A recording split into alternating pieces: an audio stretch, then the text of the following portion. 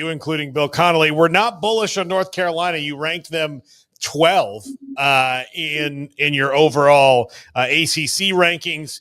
What hasn't happened yet with North Carolina to outside of Jordan Hudson to make you excited?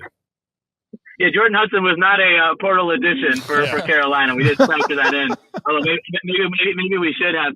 You know, it's an interesting team, right? Because it's just a hard one to handicap. There's just been so much change. And I think it's really important for everyone to remember that Carolina was not a complete disaster under Mac Brown. They were making bowl games. They were in the top 25 here and there. And so this isn't like a complete teardown rebuild like it was at Colorado when they hired Deion Sanders and they completely bottomed out as a program. And so, you know, again, you look at the number of players that they've lost.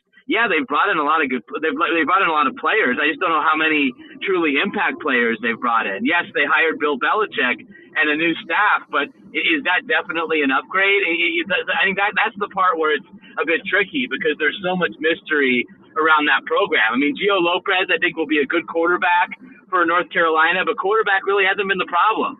And then they lose a guy like Atkinson who goes to Ohio State, and they lost a good linebacker to Penn State in the spring portal. You know, defense has been the issue there. So you look at who they've added.